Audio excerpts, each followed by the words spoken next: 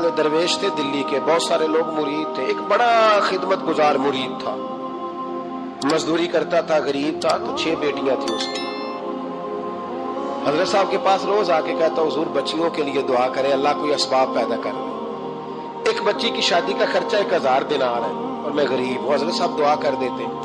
خانقاہ شریف کے تھوڑے ہی فاصلے پر حضرت جہاں بیٹھ کے مریدوں کی تربیت کرتے تھے، اس سے تھوڑا ہی فاصلے پر نا ایک عیسائی رہتا تھا، بڑا مالدار تھا، بڑی سارے اونٹ، گائیں، بھیڑ، بکریاں رکھی ہوئی تھی، اور حضرت شرف الدین رحمت اللہ علیہ کی بڑی مخالفت کرتا تھا۔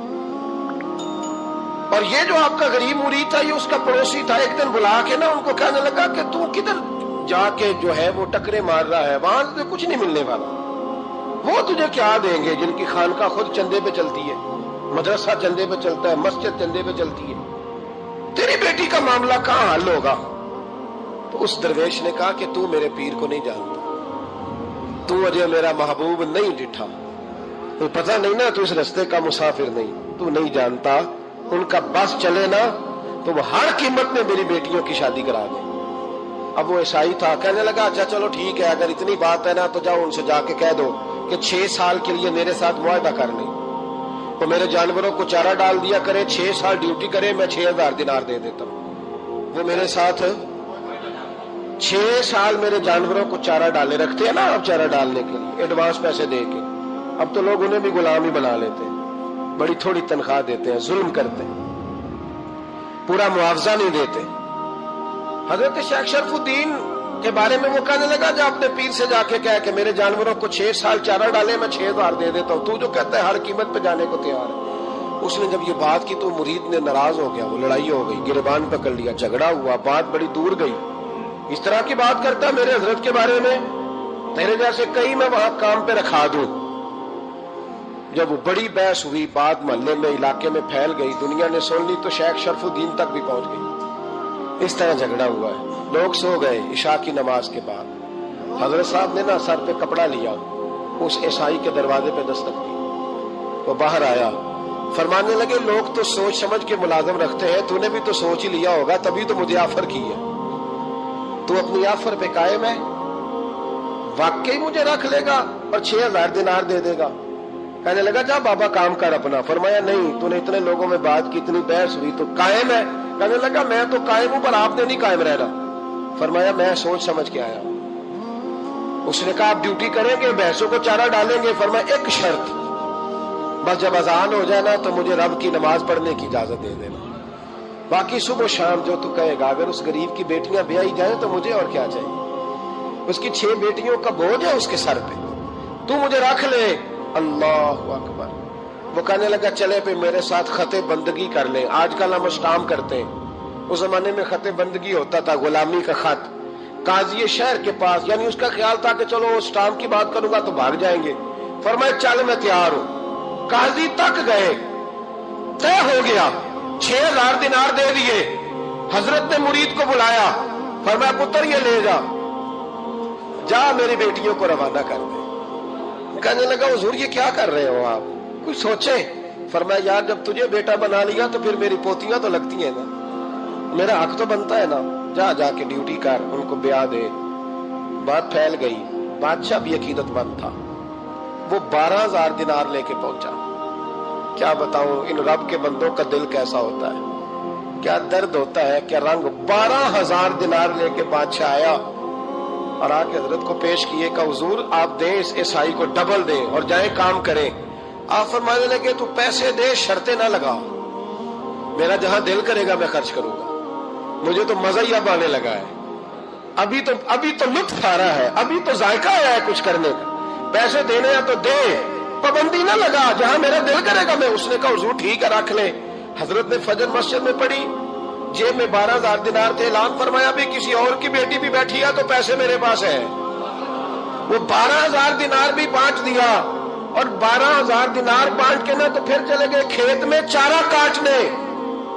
اس عیسائی کو کسی نے بتلایا کہ ان کے پاس تو 12000 آیا ہے پر تجھ سے جان نہیں چھڑائی انہوں نے، کہ وعدہ یہ ہوا تھا کہ 6 دیں گے تو جائیں گے، جب تک دیں گے نہیں تیرے گھر میں کام کریں گے۔ وہ نا چارہ کاٹ رہے تھے، حضرت صاحب تو وہاں پہنچ گیا، دور جا کے کھڑا ہو گیا، کہنے لگا بابا پہلے تو میں نے مسلمانوں کے اخلاق سنے تھے، اب تو میں نے دیکھ بھی لیے، پر یہ بتا جب 12,000 آیا تھا جان کیوں نہیں چھڑائی؟ تو حضرت چارہ کاٹتے کاٹتے رو پڑے، فرمانے لگے تو نہیں نہ جانتا یہ بیٹیاں سانجھی ہوتی ہیں، پتہ نہیں نا، میرے رسول پاک نے تو حاتم تائی کی بیٹی کے سر پہ کپڑا رکھ کے کہا تھا بیٹیاں برابر ہوتی ہیں، تو یہ نہیں پتا جب اس کی 6 بیٹیوں کی شادی ہوئی ہے میرے اندر روحانیت کتنی بڑی ہے۔ فرمایا پھر 12,000 آیا ہے تو 2-4 بچیاں پھر گئی ہیں، تو یہ نہیں پتا میں اندر سے راضی کتنا ہوں، میں تیری نوکری کرتا رہوں گا، پتہ نہیں اللہ کتنی بیٹیوں کو بیاہ دے گا۔ اتنا رویا وہ عیسائی کے پیروں میں بیٹھ گیا، کہنے لگا بابا میں نے تیری مخالفت کی ہے پر تیرے قریب آ کے پتہ چلا ہے کہ تو بہت اونچے اخلاق کا مالک ہے، اور اگر تیرا یہ مقام ہے تو تجھے اخلاق سکھانے والے محمد عربی کی شان کتنی ہوگی۔ ظالم کی بولیے جاتے نہیں لوگ جھوٹے گواہ بن کے، وکیل صاحب کو نہیں پتا ہوتا کہ یہ بندہ مجرم ہے جو میرے پاس آیا، کیا مجرموں کے وکیل نہیں ہوتے؟ بولے تو اس کو پتہ نہیں ہوتا وکیل صاحب کو کہ یہ صاحب مجرم ہے، میرے پاس مقدمہ لے کے آئے، اور اگر بے ادبی نہ ہو جائے تو میرا خیال ہے قاضی عدالت کو بھی پتہ ہوتا ہے کہ مجرم کون ہے اور مظلوم۔ میرے نبی پاک صلی اللہ علیہ وسلم نے اس قدر زیادہ سختی فرمائی اس مسئلے میں، فرمایا جس کو پتا تھا کہ فلاں آدمی ظالم ہے، ظلم کر رہا ہے، پھر وہ ظالم کا گواہ بنا یا اس نے ظالم کی مدد کی، کتنی کی؟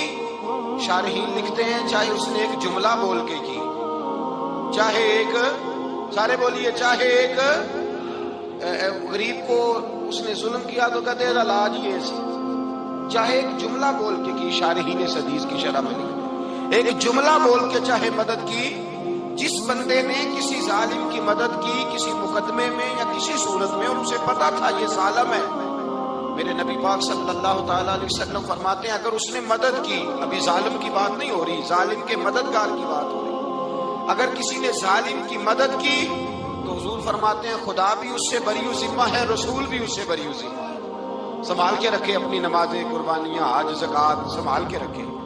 اگر ظالموں کا مددگار ہے، الیکشن آ لینے دے، آپ کو نظر آ جائے گا کون کون ظالموں کا مددگار ہے، نظر آ جائے گا۔ اپنی جیب سے لوگ پیسے دے کے ظالموں کی مدد کریں گے، ان کے فلیکس چھپوائیں گے، بورڈ لگوائیں گے، جیبوں سے پیسے دیں گے۔ ہم نے خود آگ لگائی ہے چمن میں اپنے، بے سبب گردش ایام کو الزام نہ دو، ہم نے خود نور کا ظلمت سے کیا ہے سودا، کر کے توہین سحر شام کو الزام نہ دو۔